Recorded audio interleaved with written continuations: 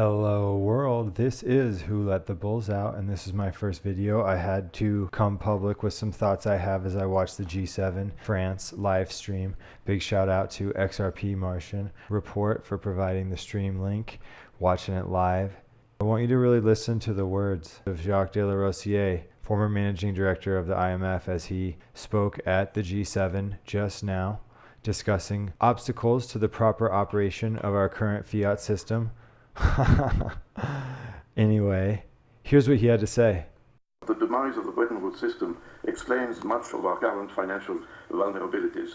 It is my view, and a view that I hasten to say is not shared by the main consensus, that the dramatic financial revolutions that have unfolded over the last 4 decades or so, i.e. over-leveraged global economy, excessive reliance on easy money, very low interest rates, exacerbation of financial cycles, have a common origin, which is the demise of the Bretton Woods system. The gentleman spells it out for us right there, and it's not a generalization either.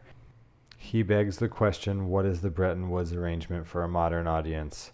In 1944, the major industrialized nations of the world adopted the Bretton Woods Agreement, a monetary policy which would govern their national currencies and peg them to a value of gold within 1%. Also, the US dollar was adopted as the global reserve currency until Richard Nixon and his administration took us off of it in 1971, thereby ending the gold standard, as we all know. And Jacques de Larosie had this to say about that.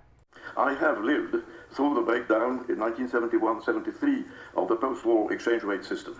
While reflecting later on those events, it became clear to me that the abandonment of the Bretton Woods system was bound to have profound consequences that were not understood at the time and are still largely underestimated today. And shall we pin the tail on the bull? What are some of these consequences? The eroding confidence of money, nationalistic strategies, the Triffin dilemma, trade distortions, global debt, quantitative easing, a debt-driven economy. So, what is the solution? What is the solution, we wonder? Instead of giving one nation a competitive advantage, aka the US, they're going to create the level playing field, remove the US as the global reserve currency. The media makes us fast forgetters, but last month the G20 met in Japan.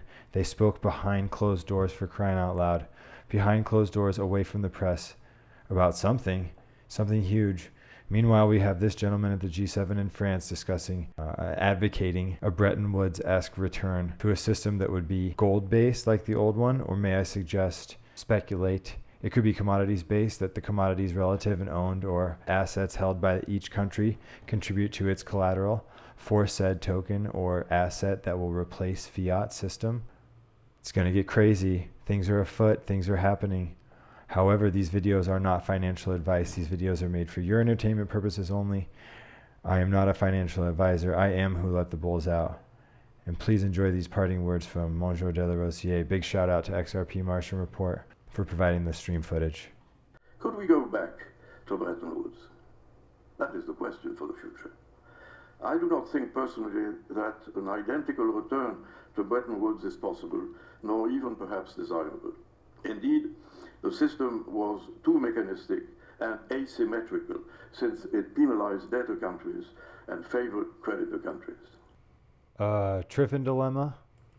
This being said, it would be highly desirable to stabilize intelligently the exchange rate system, and that is far from being impossible. Mechanisms exist and could be used. A basket of major national currencies, SDR anyone? should be established, and an approved authority would see to it that the relationship between those currencies would be under close surveillance. ESDR anyone?